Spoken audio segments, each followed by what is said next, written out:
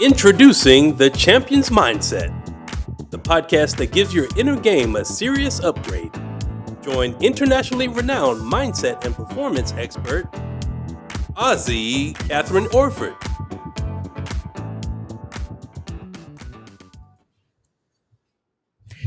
Hello there, everyone, and welcome. Welcome to the Champions Mindset podcast, coming to you live every Sunday at this time, 7 p.m. Eastern. We are growing exponentially. Honestly, last week we had 3.8 to 3.9K viewers, so we're going for at least 4,000 tonight. Whether you're an athlete, a coach, a parent of an athlete, or perhaps a business person, listen up because my guest tonight is going to share some incredible gold nuggets when it comes to mindset and achieving your dreams. And be sure to comment below and stay till the end because I'll share a link with you to download a free copy of my ebook, which is called Mental Performance Mastery for Basketball Success. But guess what? It's not just for basketball success, it applies to all sports, in fact, life. Let me tell you a little bit about my guest today. He was born in St. Croix in the Virgin Islands. He competed internationally, including at the Olympics and World Championships. He's a former sprinter. He's competing in the 100 and the 200 meter sprints. He also serves as the national coach for the US Virgin Islands. He's coached athletes who've become NCAA champions and Olympians. He led Cornell to multiple Ivy League titles. He's been awarded Ivy League Coach of the Year multiple times. Adrian was hired at Cornell University in 2012 as the men's and women's sprint coach. Under his guidance, the Cornell sprints quickly improved and they generated a number of conference championships and NCAA qualifiers and gained widespread national recognition. So after serving as assistant coach for 3 years, Adrian was promoted to head coach of track and field and cross country at Cornell University, making him the youngest head coach in the country at the time and one of the few Black head coaches in the Ivy League. Without any further ado, please help me give a really warm Champions Mindset welcome to Coach Adrian Durant. And be sure to give him some love in the comments and tell all your friends to join us on this podcast. Welcome, Adrian. Hello. Thanks for having me. How are you doing up there in where are we? In New York, yes? Yes, I am in upstate New York, and it's great. It's summertime, so it's nice and warm, just the way I like it. I struggle a little more in the winter, but I like this time of year. So Coming great. from where you come from, I'm sure you do struggle a tad, but you've been there a Exactly. while. You must have gotten used to it. You would think so. Yeah. So, Adrian, you've had this incredible story of being 10 years old and dreaming of representing the Virgin Islands at the Olympics, and not only dreaming about it, but actually making that dream come true. So, who was your inspiration back then? Was there someone you looked up to, or perhaps a moment that sparked that fire inside your belly? It's funny. I can't remember the exact moment. When I was younger, I was just a pretty much a ball of energy, and so my mother was trying to figure out a way to keep me preoccupied. And so she put me in multiple sports. I mean, I think I was so young at the time that you were only allowed to do certain things. So I was in martial arts at first, and then eventually I was in soccer and track and flag football and basketball. And track was the one that it kind of stuck with me, I guess. Um, I wasn't that great at basketball. I wasn't that great at football. I wasn't as coordinated as I needed to be. I was okay at soccer, but track just seemed like the thing. I had a lot of energy and I was pretty fast. And so I just had to run faster than everyone else and not stop. And so I ended up being pretty decent at it. And I think it may have been watching the Olympics. It may have been watching Michael Johnson run the 400. And I think I just saw it one day on TV and was like, I want to do that. That looks like an amazing thing. And I think at the time I really didn't know how big a goal it was, but I just remember it was like I want to go to the Olympics, and I had little newspaper articles where you could see I'm being interviewed and I'm talking about wanting to go to the Olympics. So It's When you kind of were 10, scheme. you got some Yeah, articles. yeah, Oh, yeah. When I was in like elementary school. Yeah, oh. because I started in second grade, so by the time I was maybe in fifth or sixth grade, it started picking up some momentum. So, what were some of the mental tools or maybe the self belief that you held on to that helped hmm you actually stay focused from that young age to actually achieving that goal? Well, I think the first piece was that early on, my mother supported that goal. So she made sure I was at track practice all the time. She made sure I didn't quit. And she would just sleep in the car until practice was over, but she would make sure I Oh, was there every time. And she sacrificed her, I guess her life, but yeah, that was, I was at practice all the time. So I think that's a big piece of it. And then it was never like a mockery of that dream. It was always like, okay, well, if that's your dream, you have to stick to it. So that means you're gonna have to keep your grades up, because if your grades aren't up, we'll never allow you to go to track practice or track meets. So it's all a piece of, if this is your goal, then all right, but everything else has to be in place for you to be able to achieve that. And so my mom took it seriously. And because of that, when I got to a certain age, I was sent off to live in New Jersey. So there was a pretty much, there will only be so many opportunities in the Virgin Islands, not many track meets. And the idea was that if I can get to New Jersey with my family members, then I would be able to run more track meets and have more access to opportunities. So um, that's how serious, that's how seriously everyone took the goal, that pretty much was shipped off to live with relatives. how did it feel to actually achieve that goal? Well, I think because I was 18 at the time, it didn't really hit me as it was like it hit me. It was like, okay, my whole life I've been wanting to accomplish this goal, but I don't think it hit me as hard as it should have, because I figure, I'm 18. I made it here. I'm gonna be able to do this again. Like this is what the standard is now. I'll be here and it won't be that great this time, but at least I have the experience. The next time I'm gonna come back, guaranteed. And so I think I took it for granted a little bit, just how difficult of a goal that was. And I didn't think that it could be the last time I would be there. Gotcha, gotcha. So Yeah.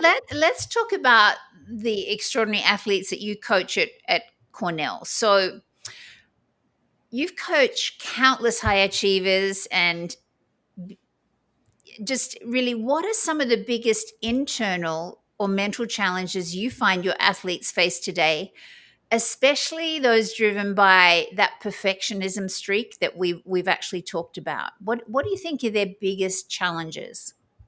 Well, I coach athletes at different levels. So I've coached athletes at the highest level, which that would be Olympics, World Championship, European Championship type level. And then we have the kids who compete at the NCAA, you know, Division 1 championship level. And then there are some kids who compete at the conference level. So everyone's at a different level, and they would all have different degrees of issues that you would have to address. Um, I think it starts from, similarly to my story, it starts with the goal setting.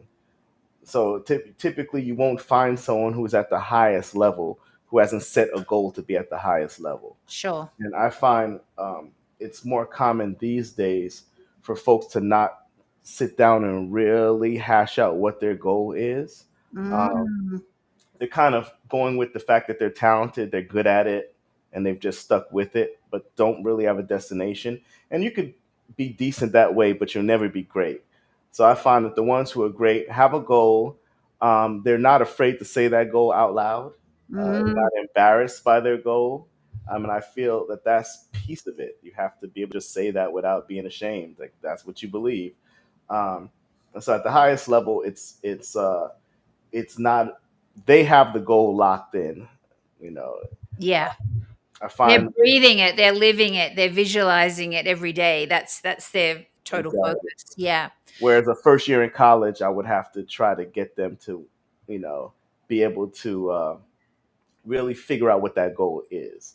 Because some of them, they may be doing it because they were good in high school or their parents encouraged them, and now you're in college, you're at another level of the sport, it's more difficult. So is this what you really want to do? And if so, why do you want to do it? really figuring Yeah. that piece out before even trying to get past that, before you get the competition. Yeah, the why is huge, isn't it? Because the why is what's going to get them out of bed when they don't feel like getting out of bed to go to The why training. is going to get you up the hill. It's going to get you, lifting the weights and enduring all the hard stuff. And if the why is not strong enough, then you're not going to be able to endure. And how do you help your athletes navigate the pressure of being perfect or recovering from a less than ideal race, or you're dealing with that fear of like not living up to expectations or letting you down? How do you coach the athletes through that sort of situation? So I don't expect them to be perfect at all. They expect themselves to be perfect. Yes. I coach at Cornell. Cornell is an Ivy League school, so it's extremely rigorous. It's one of the best schools academically on the planet. And so if a kid's on my team, they're going to be a certain type of individual, right? They're going Mhm. to handle things, process things a certain way, and they're used to getting things right, and they're used to being good at everything. And but it's one thing being good in high school and being a state champion, and it's another thing to be good at Cornell and be an Ivy League champion or be at the Division 1 level. The level of Big difficulty jump. just cranks up a little bit. So um, it's part of it is the realization that, yeah, you're gonna have to put yourself out there if you're gonna want to reach this level. So I would say the thing about perfection is, and I feel like I told you this story, but or the difference that I see coaching at Cornell compared to schools that I've been at before. Whereas at another school, I could tell an individual, hey, go touch this wall, and it's like, okay, bam, touch the wall. Whereas at Cornell, it's like, hey, go touch this wall. Where in the wall would you like me to touch? Go touch this wall. What part of my body should make contact with the wall? Go touch this wall. How much pressure to apply to the wall? And all of that, the attempt to do it perfectly has led to paralysis. You have not done anything. You haven't made the attempt. And so I find it's more so not trying to be perfect, but taking all the steps you're supposed to take and then putting yourself out there and taking the risk. And you may fail, you may not win, but you have to put the full effort out there, because wherever you fall short is better than where you would have been if you didn't attempt it, right? So it's like Exactly. you Yeah. have to attempt it and you have to put all into it if you want to grow. And no one gets to the top without losing. Everyone loses, everyone fails. So it's just, how do you bounce back from that? Do you? And I do find that kids who are always trying to be perfect can be harder on themselves and myself as a coach, how hard I am on them. So it's more, they may fail and it's like, oh, I'm not smart, I'm not fast, I'm not this, and it's like, oh, that's Mm. not the case at all. It's just, this is going to be an obstacle that you're going to have to overcome in your journey, in your story, that you're going to tell later about how you became great. This is the thing. So you can let it defeat you, or you can figure out a way, past this. Yeah, they probably have a really rampant inner critic, I would say, Woo, because they are perfectionists. for sure, for sure. So I don't have to be so critical. If Yeah, anything, they do that for themselves. I spend more time giving them perspective on, no, why. Don't just look at this like I suck, but what was the issue with this performance and what led to that issue, because then Mm. you have a kid with a 4.0 GPA, and maybe they didn't sleep last night, and they don't correlate that not sleeping to the lack of performance. Mm. Yeah, gotcha.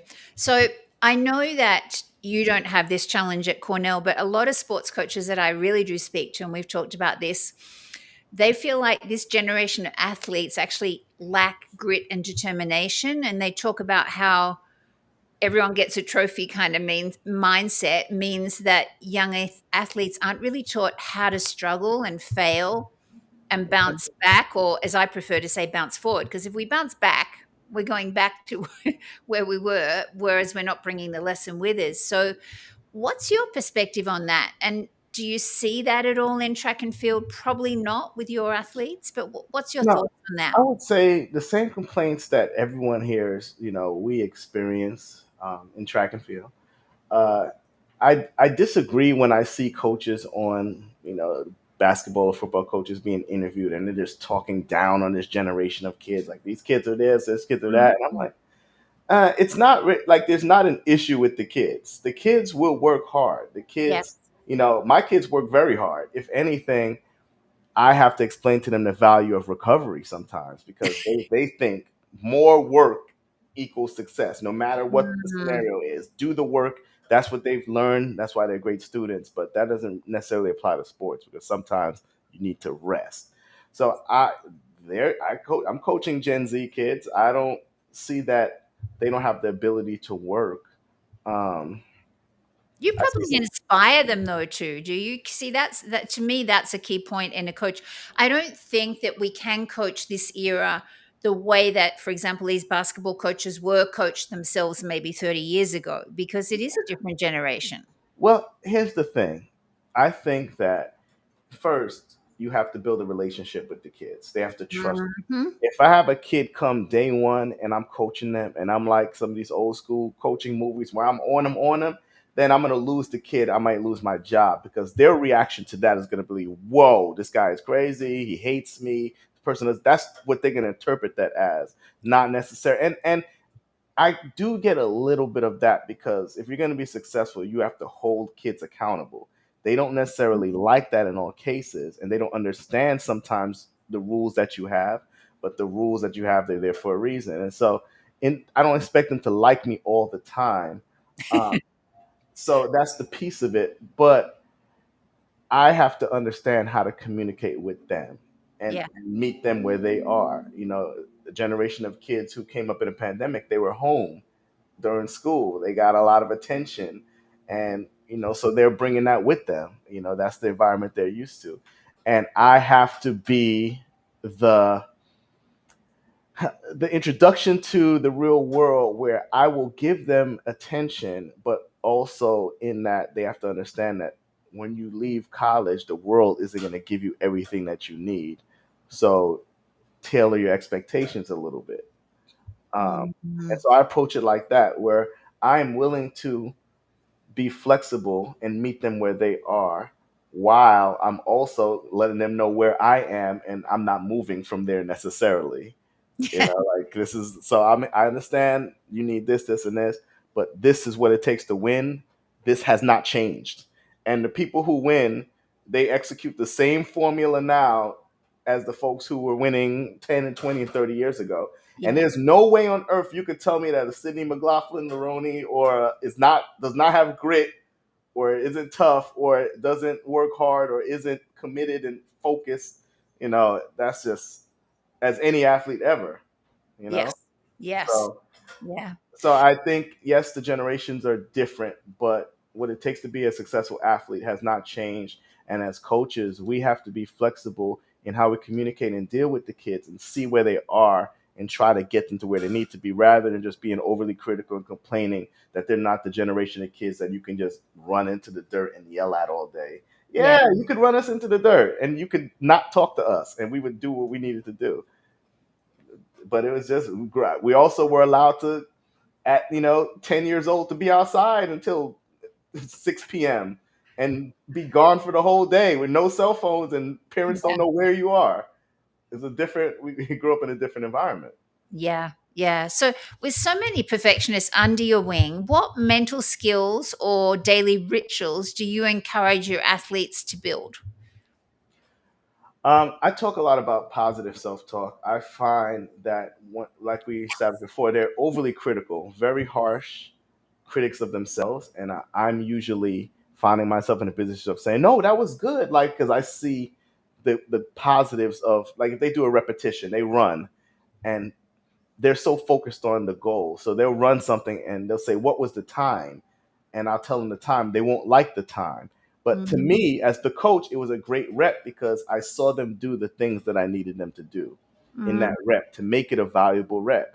And so I'm like, that was a good rep. But mentally, they're like, that's a bad rep. And they're saying it and they're shaking their head no. And after, they're like, no, you have to have a better understanding of what we're doing so that you know Yeah. it's not a wasted rep. Because if you think it's bad when it's good, and then you're not going to get, like, you're mentally not be able to perform because you think you're not where you need to be.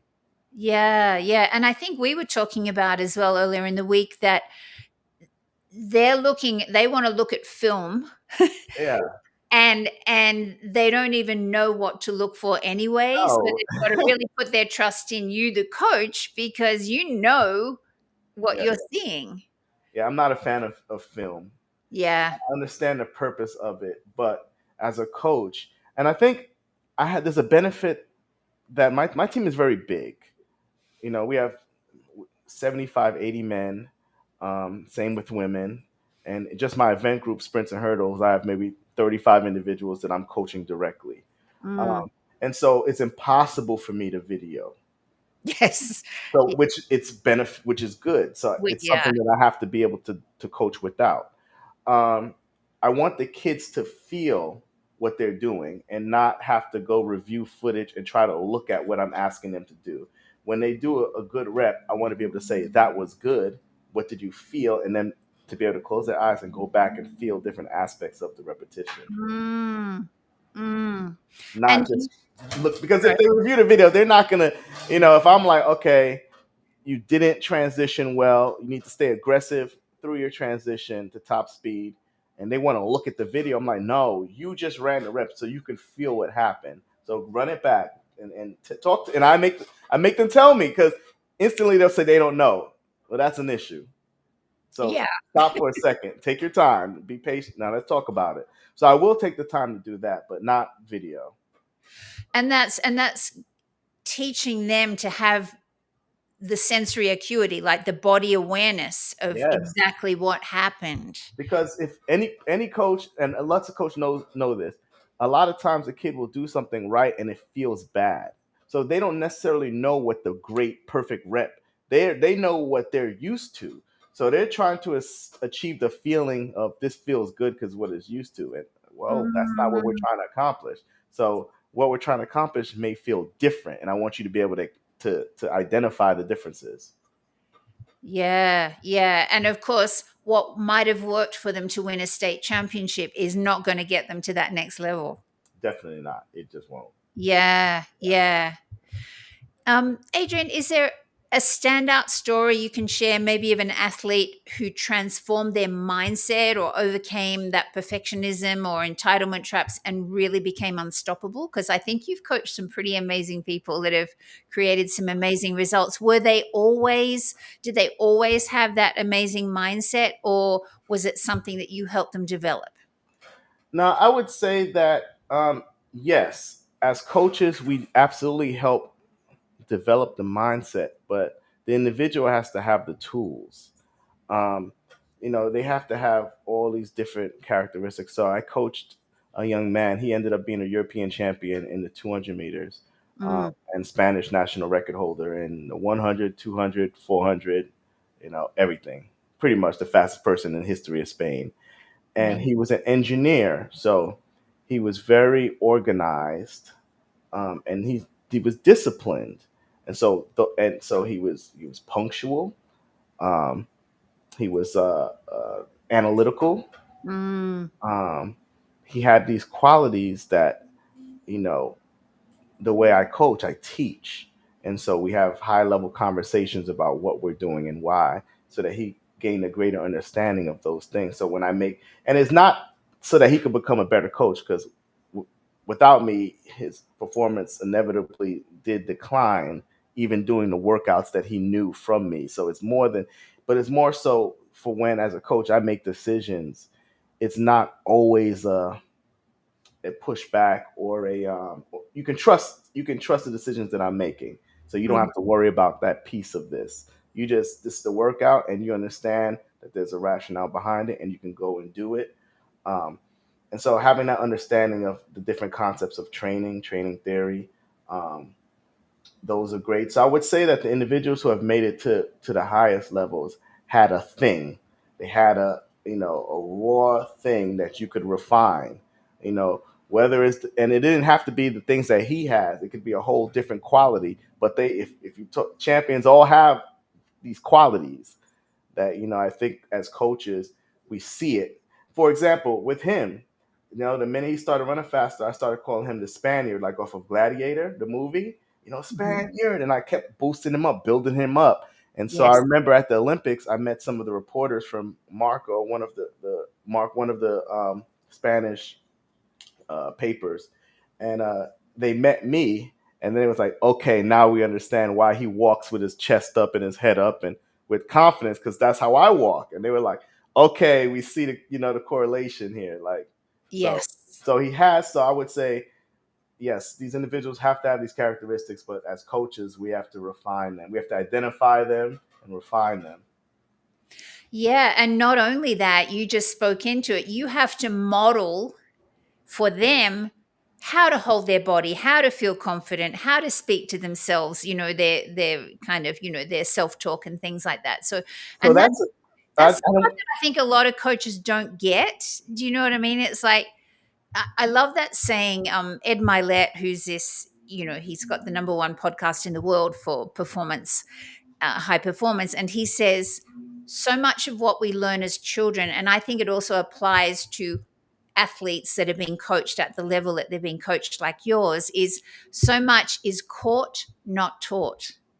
Absolutely, and I didn't want to jump in, but that reminded me of it's similar to, as a coach, your demeanor. If I am going into a competition and I am stressed and I'm snapping on everybody for everything and don't look confident, the kids are gonna see that, Trickles feel that. down, Yeah, trickles they're down. gonna feel that. They're gonna understand that. They're gonna feel it. Coach is not confident. Coach doesn't think we could do it. Then that's gonna impact those of them who, if I feel that way, because there are kids who, if they don't sense that you believe in them, they lose a little bit of spark, you know. So They're your kinesthetics. The kinesthetic learners have to feel good to do good, and they have to feel like you like them. yeah, Otherwise, they're going to shut down. I know, I'm a kinesthetic. yeah, yeah. Yeah, yeah, absolutely. So, if you could wave, if there are some young athletes listening to this right now in whatever sport that they play, if you could wave a magic wand and give all of them one essential mental trait Ooh, to that's tough. practice to Uh, kind of get better, what would it be? Aside from having the physical skills. one mental trait to Yeah. practice. Yeah, to develop, Um, to be as good as they can be. that's a tough one because there's so many things. Um, mental trait, because I know when it comes to Cornell, a big piece of being successful is time management. And so the trait that I would describe it as is prioritization, like being able to look at everything and see where things rank in your life. Um, being an athlete isn't just what you do at practice. That's the bare minimum. Every Mm, athlete comes to practice and works hard and they think, okay, I'm going to be good. No, you're going to be the standard now. So now, how are you sleeping? How are you eating? How are you living the life of an athlete outside of the boundaries of practice? 'Cause that's when you really show whether you're an athlete or not. And so I would say, if you want to be great, you have to be able to prioritize everything in your life. Where do things fit in your quest to be a great athlete? Because if they don't fit, then they need to be at the bottom of that list or off of the list. yeah, and I'm going to be coaching quite a lot of elite athletes in high school that are aspiring to landing a college scholarship, and that's going to be a huge component of what they're going to need to do. They're going to need to prioritize where they're spending their time, who they're spending their time with. Maybe they don't get to go to that party. Maybe they don't. Do you know what I mean? Like, I can tell you from my experience right now, the millennial parents have prepared their kids, and so these kids are good athletes and very good students. And so I think if you find yourself being an athlete who does not have good grades in this day and age, you're not going to have any opportunities. mm, At least that's my opinion. Because these kids, I just think academically, these kids are very prepared now. It's why the Ivy League competitively has gotten better, because the better athletes are better students now in high school. So the level of recruits that we have who can get into the Ivy League are better. yes. Yeah. Yeah. And what's one of your favorite quotes? I think my producer Jason probably can pop it up on the screen, but what's one of your favorite quotes about? Could you pop that up for us, please, Jason? I think it was about, yeah, being ready to sacrifice. It feels like it sounds like a generic quote, but it's just 100% true. And I think, at least when I was coming up, it was a message that was known and understood. And now, as you alluded to, in an era where more people do receive awards and things like that, that maybe is not understood, that to be the best, you actually do give other things up. Mm, Um, you can't. So NCAA is the number one kind of developmental system in the world for track and field, for sure. So that means you want to be in the NCAA. You want to be at the high. So Division 1 is the highest level. So that's where you want to be, essentially. Um, so you're going to give up on a lot of the things that the traditional college life. Because if you are doing the things, the traditional college things, and partying and fraternities and things like that, then you're pretty much going to forego your athletic career. So you're choosing, but it's yeah, very hard to be an elite college athlete when you're not sleeping and you're drinking and you're doing all these other things that you shouldn't be doing. You're not, um, you don't have proper nutrition and things like that. It's just not going to happen. So yeah. you're gonna give something up, but what you're giving up is so unimportant, and that's what I talk to my kids about. Like, you're never gonna those kids aren't gonna remember those things, but you being a part of this team, traveling the country, and all this competition, the memories you're building, like this is something that when you're 80 years old, you're gonna be proud of. Hmm. So save the other stuff when you're an adult and you can't run track anymore. Yeah. And honestly, that sense of commitment to the team, even though they might be playing an individual sport, they are representing Cornell, so they're a member of your team. For And sure. that is crucial life skills. Like, they may go on to, I don't know, lead a team in the corporate arena, or, be an amazing engineer. And the bottom line is that commitment they've shown you and you've taught them Hmm. is going to really create a great foundation for the rest of their lives. Yes, for sure. But and to go back to that quote, it doesn't only apply to them, it applies to others. I mean, I don't work a 40-hour week. Yeah. A 40-hour week. Like, I'm 40 is up by the time I'm at Friday. Now let's go travel to a track meet and come back Sunday evening, right? And then we're back at it Monday morning, and that's track season. Yeah. Yeah. So It's full so on. Yeah. that's 150. So that's a sacrifice. Yeah. Yeah. And if you don't want to recruit, and if you don't want to make the phone calls, and if you don't want to do the official visits, then the team is not going to be that great. So I have Yeah. to sacrifice. We all have to sacrifice if we want to be successful. Yeah. Yeah. And I don't think that a lot of kids that do aspire to getting a college scholarship really get the depth of that commitment. Um, Oh, it's a commitment, but I think many of them are understanding it now with the recent changes, because there are roster limitations, and folks have been there've been a lot of cuts across the country. Folks are getting cut from teams. Event groups are getting cut from programs. So there are reduced opportunities now that money has become such a. It was always a driving force, but now it's become such a key factor now in this whole college athletics thing. Uh, yeah. it's Yeah. it's driving all of the decision making.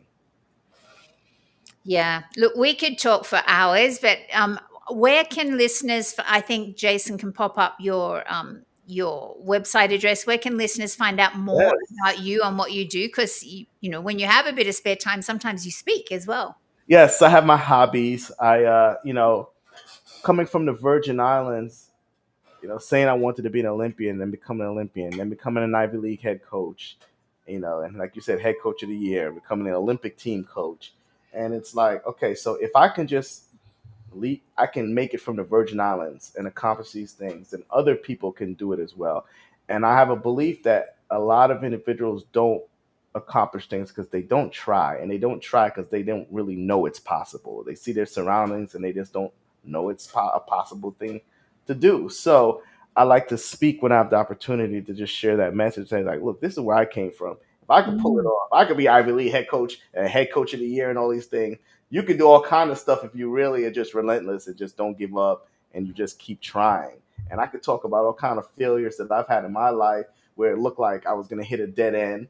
And it's like, no, you have to like keep pushing. You really do. And it sounds cliche, but it's true. That's why people like me and other coaches always say it. It's real.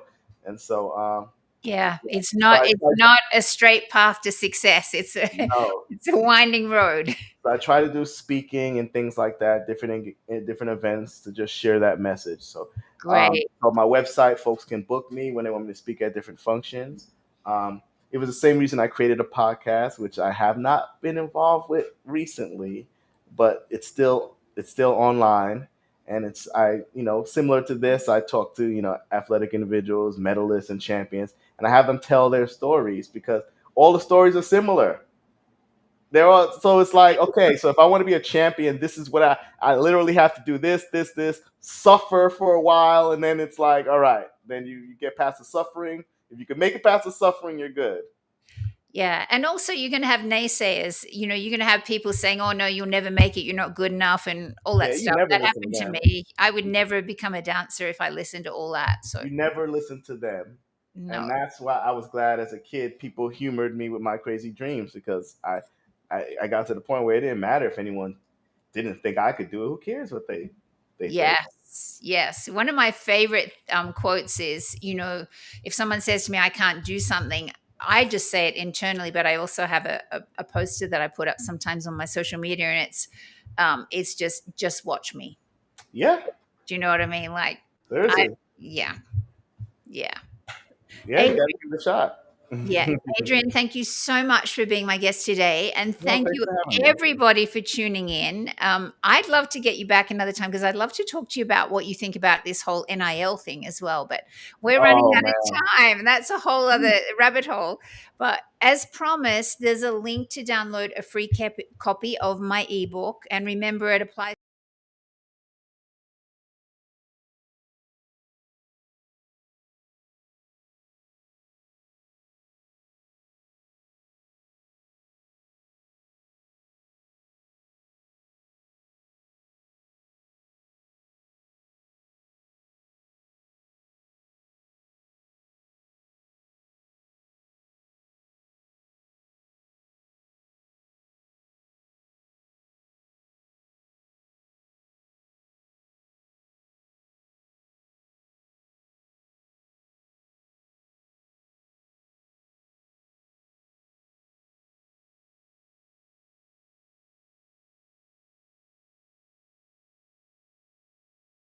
Sunday, same time, same place.